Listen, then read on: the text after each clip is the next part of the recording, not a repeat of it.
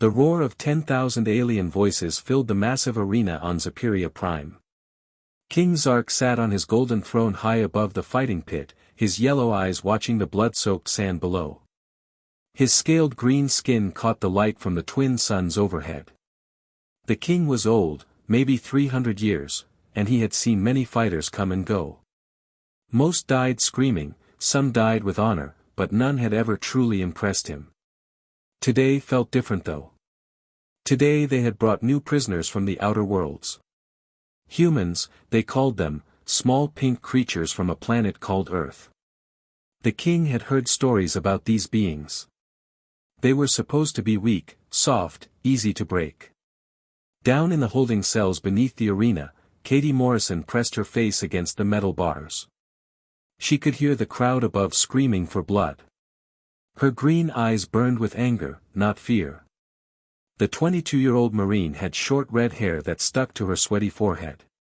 Her hands were rough and scarred from years of fighting. She wore the torn remains of her military uniform. "Katie, don't do anything stupid," Jake Phillips whispered from the corner of the cell. The older Marine had a deep cut across his cheek. "We need to stay alive long enough to find a way out of here." Tony Martinez nodded quickly. "Jake's right. These aliens are huge. Look at what they did to the colony. We can't fight them head-on." Katie turned to face her fellow prisoners. There were 12 humans in the cell, all survivors from the failed rescue mission on Kepler Station. The alien attack had been swift and brutal. Most of the colonists were dead. The survivors had been taken as slaves or gladiators. "So what?" Katie said, her voice steady. "We just sit here and wait to die. That's not who we are." "That's exactly who we need to be right now," Jake shot back. "Dead heroes don't save anyone." The sound of heavy footsteps echoed down the stone corridor. 3 Corvathian guards approached the cell. They were 7 feet tall with thick gray skin and 4 arms each. Their faces looked like a cross between a lizard and a shark. Sharp teeth filled their mouths. One of the guards spoke in broken English. "King wants fighters for today's games. Who volunteers?" The humans all looked at the floor. No one wanted to be the first to die for alien entertainment. The guard's yellow eyes scanned the group. His hand moved to the shock rod on his belt. "If no one volunteers, we pick for you," the guard said with a cruel smile. Katie stepped forward. "I'll fight." "Katie, no." Tony grabbed her arm. She pulled free and walked to the front of the cell. "I said I'll fight." The guards looked surprised. Most prisoners had to be dragged kicking and screaming to the arena. This small human female had just volunteered to die. "You sure about this, little pink thing?" the lead guard asked. "Open the cell door," Katie said. The guards laughed as they unlocked the cell. They slapped heavy metal shackles on Katie's wrists and ankles. The chains were short, making it hard to run or throw a proper punch. Katie didn't complain. She had been in worse situations during her time in the Marines. They marched her through long stone tunnels filled with the sounds of roaring crowds and dying creatures. Other prisoners watched from their cells as she passed. Some were human, others were alien species she had never seen before. All of them had the same look in their eyes, the look of people who had given up hope. Katie kept her head high and her back straight. She was a United States Marine. She would not break. The tunnel opened into bright sunlight. The arena was bigger than any stadium on Earth. Thousands of alien creatures filled the seats, all screaming and cheering. Some had wings, others had tentacles, and many had too many eyes or teeth. But they all wanted the same thing, they wanted to see her die. King Zark leaned forward on his throne as the small human walked into the arena. Something about her was different. She didn't cower or beg. She didn't even look afraid. Instead, she studied the arena like a soldier studying a battlefield. The sand beneath her feet was stained dark with old blood. Bones from previous fights were scattered around the edges. In the center of the arena stood her opponent. Grexer was a nightmare made real. The insect warrior stood 9 feet tall on 6 legs. His body was covered in black armor-like skin. For razor-sharp arms ended in claws that could cut through steel. His compound eyes focused on Katie like she was already dead meat. The crowd went wild. They had never seen such a mismatch. The betting pools were already closed, no one was stupid enough to bet on the human. Katie looked up at King Zark. Even from this distance, she could see his golden eyes watching her. She gave him a small nod, like a soldier reporting for duty. Then she turned to face Grexer. The king raised his hand for silence. His voice boomed across the arena through hidden speakers, "Let the trial begin." Grexer charged immediately, his claws aimed at Katie's throat. The crowd expected the fight to end in seconds. But Katie had other plans. She dove to the right, rolling across the sand as Grexer's claws whistled through empty air. The creature spun around, confused. Humans weren't supposed to be that fast. Katie came up running. She grabbed a piece of broken bone from an old fight and threw it hard at Grexer's eyes. The creature raised 2 arms to block, giving Katie the opening she needed. She slid between his legs and grabbed another bone fragment, this one was longer and sharper. As Grexer turned to find her, Katie drove the bone deep into the soft joint where his rear leg met his body. Green blood sprayed across the sand. Grexer screamed in pain and rage. The crowd fell silent. The little human had actually hurt their champion. But the fight was far from over. Grexer limped backward, green blood dripping from his wounded leg. His compound eyes fixed on Katie with new respect and fury. No opponent had ever managed to hurt him in the first 30 seconds of a fight. This tiny human was full of surprises. Katie circled around the massive creature, staying light on her feet. The bone weapon in her hand was already cracking from the impact. She needed to find something better, or this fight would end badly for her. The crowd was no longer silent. Alien voices rose in excitement and confusion. Some cheered for Grexer to finish the human quickly. Others began to wonder if they were seeing something special. King Zark watched every move. His clawed fingers gripped the arms of his throne. In 300 years of ruling, he had never seen a fighter adapt so quickly to the arena. Most warriors relied on strength or natural weapons. This human was using her brain. Grexer charged again, but this time he was more careful. His forearms spread wide to cut off Katie's escape routes. His wounded leg slowed him down, but he was still twice as fast as any human should be. Katie waited until the last second, then dropped flat on her stomach. Grexer's claws passed over her head as she rolled forward between his legs again. But the creature had learned from his mistake. His rear legs kicked backward, trying to crush her. Katie barely rolled clear. One of Grexer's spiked feet scraped across her back, tearing through her uniform and leaving 3 bloody lines on her skin. She bit back a scream and kept moving. The arena floor was covered with sand, old bones, and pieces of metal from broken weapons. Katie grabbed a rusty sword blade as she scrambled to her feet. It was missing its handle and half the edge was gone, but it was better than nothing. Blood ran down her back, soaking into her torn uniform. The pain was sharp and constant, but Katie had been trained to fight through worse. She turned to face Grexer again, the broken sword held low and ready. The insect warrior was breathing hard now. Green blood still oozed from his wounded leg. He looked at the small human with something like respect. She had lasted longer than most opponents twice her size. But respect wouldn't save her life. Grexer circled Katie like a wounded predator. Green blood dripped steadily from his injured leg, leaving a trail in the sand. But he was far from finished. The insect warrior had fought hundreds of battles and killed thousands of opponents. One lucky hit from a small human wouldn't be enough to stop him. Katie held the broken sword blade carefully, keeping her distance. The weapon was barely 6 inches long and dull as a butter knife, but it was all she had. Her back burned where Grexer's claws had raked her, and blood soaked through her torn uniform. The crowd was on its feet now, screaming in dozens of alien languages. They had come expecting a quick execution and instead witnessed something unprecedented, a human actually fighting back. King Zark leaned forward on his throne, his yellow eyes wide with fascination. In all his years, he had never seen anything like this. The small human moved like water, flowing around attacks that should have crushed her instantly.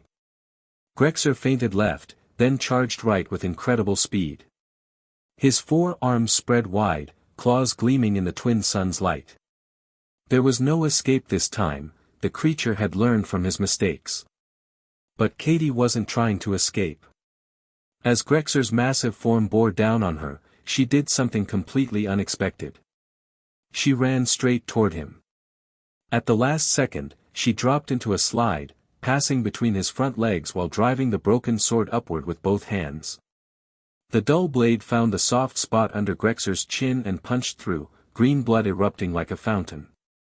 Grexer's momentum carried him forward 3 more steps before he realized what had happened. He reached up with all 4 arms, trying to pull the blade free, but it was lodged deep in his throat. His compound eyes went wide with shock and fear. The mighty champion of Zapiria Prime, undefeated in over 200 fights, swayed on his 6 legs. Green blood poured from his throat, pooling in the sand below. He tried to roar, but only a wet gurgling sound emerged. Then, like a felled tree, Grexer crashed to the arena floor. His legs twitched once, twice, then went still. The arena fell completely silent. 30,000 alien spectators stared in absolute shock at the scene before them. The broken body of their greatest champion lay motionless in the sand, while a tiny human female stood over him, breathing hard and covered in blood, both green and red. Katie pulled the broken sword from Grexer's throat and held it high above her head. Her voice rang out across the silent arena, United States Marines. The crowd exploded. Some aliens cheered, others threw objects in rage, and many simply sat in stunned silence. They had witnessed the impossible, a human defeating one of the galaxy's most feared warriors in single combat. King Zark rose slowly from his throne. His hands gripped the stone railing as he stared down at the small human. She looked back up at him without fear, without begging for mercy. Her green eyes met his yellow ones across the vast arena, and something passed between them, a recognition of one warrior by another. The king raised his hand for silence. It took several minutes for the crowd to settle down. When he finally spoke, his voice carried across the arena through the ancient sound system. In 300 years of rule, King Zark announced, I have never seen such courage, such skill, such honor in combat. This human has earned the right to live. The crowd erupted again, but the king wasn't finished. More than that, he continued, she has earned the right to choose. Human warrior, step forward. Katie walked across the sand, leaving bloody footprints behind her. She stopped at the base of the royal platform and looked up at the alien king. Even from this distance, she could see the respect in his ancient eyes. You have 3 choices, King Zark called down to her. First, you may return to your cell and live out your days as an honored prisoner. Second, you may face another champion tomorrow and try to win your freedom. Or third. The king paused, and the entire arena held its breath. You may join my royal guard and serve as a warrior of Zapiria Prime. You would be the first human ever granted such honor. Katie stood in the blood-soaked sand, looking up at an alien king who was offering her things she had never imagined. Behind her lay the body of a creature that had killed hundreds of fighters. Around her, 30,000 aliens waited for her answer. But Katie Morrison was a United States Marine, and Marines never forgot their mission. Katie looked up at King Zark, her green eyes blazing with determination. The arena fell silent as 30,000 aliens waited for her answer. Behind her, Grexer's body lay cooling in the sand, proof of what this small human could accomplish. Your Majesty, Katie called out, her voice carrying clearly across the arena, I have a 4th option. King Zark's scaled brow furrowed. In 300 years of rule, no one had ever dared to add options to a royal decree. The crowd murmured with confusion and anticipation. "Speak," the king commanded, his voice carrying a note of warning. Katie stepped closer to the royal platform. "I challenge you." The arena erupted into chaos. Alien voices rose in shock, anger, and disbelief. Guards moved forward, hands on their weapons, but King Zark raised a clawed hand to stop them. "You challenge me?" the king asked, his yellow eyes narrowing. "To what?" "Single combat," Katie replied without hesitation. "Winner takes the throne." The crowd's roars became deafening. Some aliens laughed at the absurdity of it all. Others screamed for the human's immediate execution. But many fell silent, remembering what they had just witnessed. This human had done the impossible once already. King Zark studied Katie for a long moment. She stood covered in blood, holding a broken sword, challenging the ruler of a galactic empire. By all rights, he should have her vaporized where she stood. Instead, he began to laugh. It started as a low rumble in his throat and grew into a booming sound that echoed across the arena. The crowd gradually fell silent, confused by their king's reaction. "You have steel in your spine, little human," King Zark said, his laughter fading. "But do you understand what you're asking? I have ruled this empire for 3 centuries. I have killed rebels, conquered worlds, and crushed 1,000 uprisings. What makes you think you could defeat me?" Katie never wavered. "Because I'm not fighting for myself. I'm fighting for every human in those cells below, and every slave in your empire. When people fight for freedom, they find strength they never knew they had." The king considered her words. Around the arena, alien faces watched with growing interest. Some of them were slaves themselves, brought here to serve the Empire's endless hunger for entertainment. "Very well," King Zark said finally. "But if I accept your challenge, the stakes must be higher. If you lose, you die. But if you win—" He paused, letting the weight of his words settle over the crowd. "If you win, you don't just get the throne. You get the responsibility that comes with it. You become ruler of Superior Prime and all its territories. Every life, every decision, every war and peace, all of it becomes yours. Are you prepared for that burden, human?" Katie thought about Jake and Tony and the other Marines in the cells below. She thought about the human colonies that had been destroyed, the families torn apart, the children sold into slavery. She thought about her oath as a Marine, to protect the innocent and defend freedom wherever she found it. "Yes," she said simply. King Zark nodded slowly. "Then we fight tomorrow at noon. The same rules that governed your fight with Grexer will apply, no weapons except what you can find in the arena, no armor, no outside help. Just strength, skill, and will." He stood up from his throne, his massive form casting a shadow across the arena floor. "But know this, human warrior, I am not Grexer. I have ruled for 300 years because I am stronger, faster, and more cunning than any who have challenged me. Many have tried to take my throne. All have died." "I understand," Katie replied. "But I'm not like the others who challenged you. I'm a United States Marine, and we don't give up." The king smiled, showing rows of sharp teeth. "We shall see. Guards, return the human to her cell. Give her food, water, and medical attention. Tomorrow, she will need all her strength." As the guards approached, Katie looked up at the king one more time. "What happens to my fellow Marines if I lose?" "They fight in the arena until they die, as planned," King Zark replied honestly. "And if I win? Then that decision will be yours to make, Your Majesty." The weight of those words settled on Katie's shoulders as the guards led her away.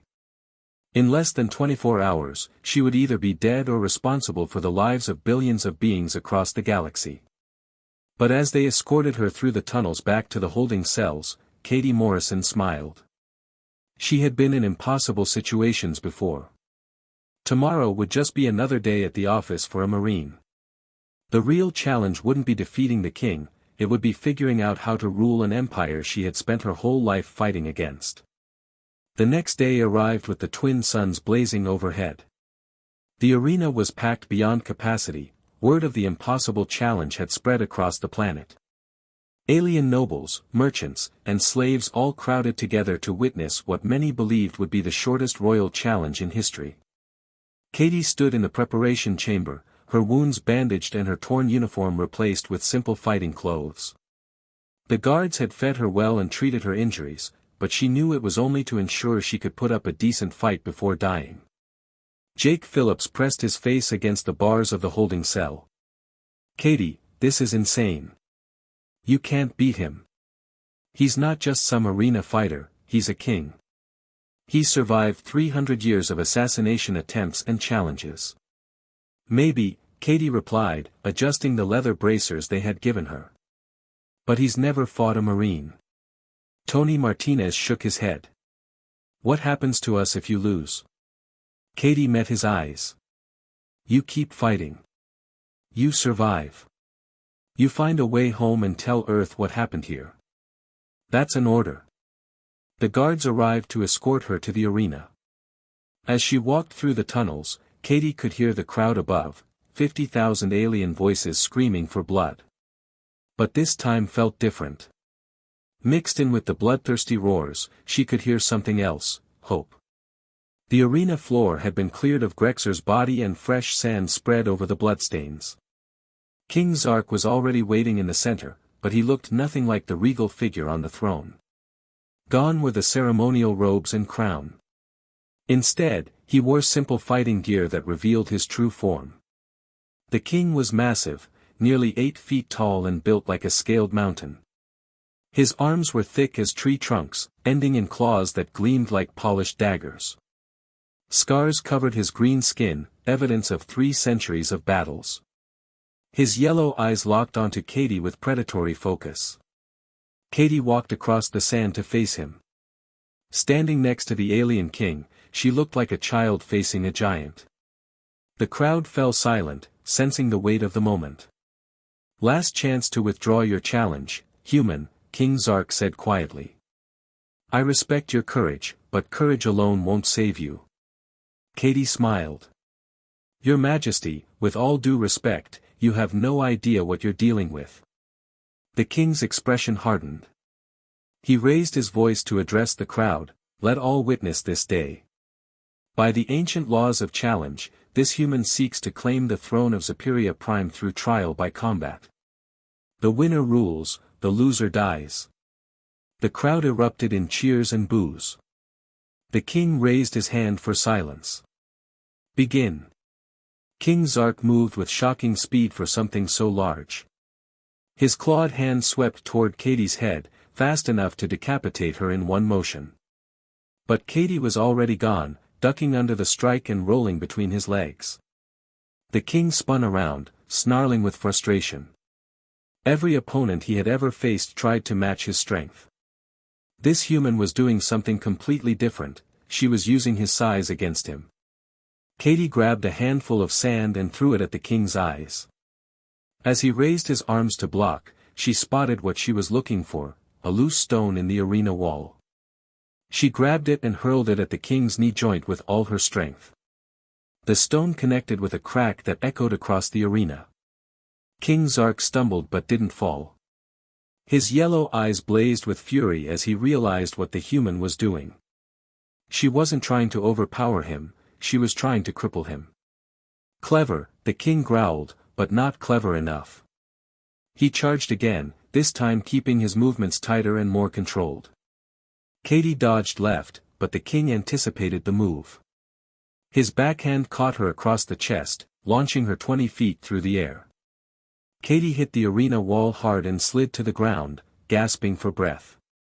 Her ribs felt like they were on fire, and blood filled her mouth. The king approached slowly, savoring his victory. "You fought well, human," he said, raising his claws for the killing blow. "Die with honor." But as his claws descended, Katie rolled aside and swept his injured leg with both of hers. The king's knee buckled, and he crashed face first into the arena wall. Katie struggled to her feet, every breath sending spikes of pain through her chest. The king was already rising, shaking his massive head to clear it. Green blood trickled from a cut on his forehead.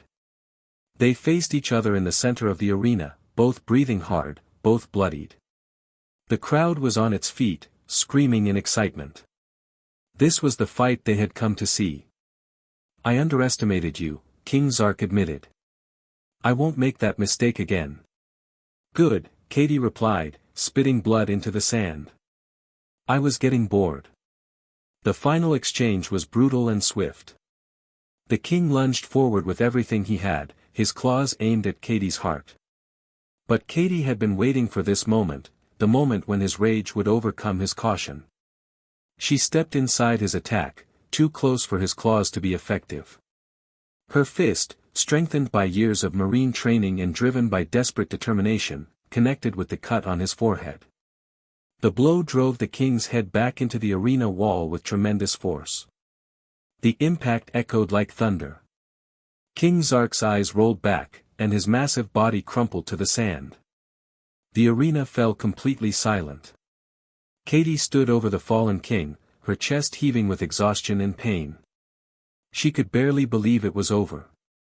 After a long moment, she knelt and checked for a pulse. King Zark was alive but unconscious. Slowly, she stood and faced the crowd.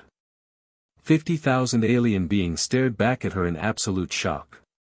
Then, one by one, they began to kneel. The guards, the nobles, the merchants, even the slaves, all of them went down on one knee before the small human who had just conquered an empire. A royal aide approached with the golden crown of Superior Prime. With trembling hands, he placed it on Katie's head. "Long live Empress Katie," someone shouted from the crowd. The chant was taken up by thousands of voices, "Long live the human Empress." Katie Morrison, United States Marine, looked out over her new empire. There would be challenges ahead, freeing the slaves, ending the gladiator games, negotiating with Earth, learning to rule beings she had never even imagined. But for now, she had kept her promise. The Marines in the cells below would live. The colonies would be freed. And somewhere in the galaxy, word would spread that humans were not to be underestimated. The girl who had volunteered to die in an alien arena had become the most powerful ruler in the known galaxy. And she was just getting started. As the crowd continued to cheer, Katie smiled and whispered to herself, "Semper Fi." The end.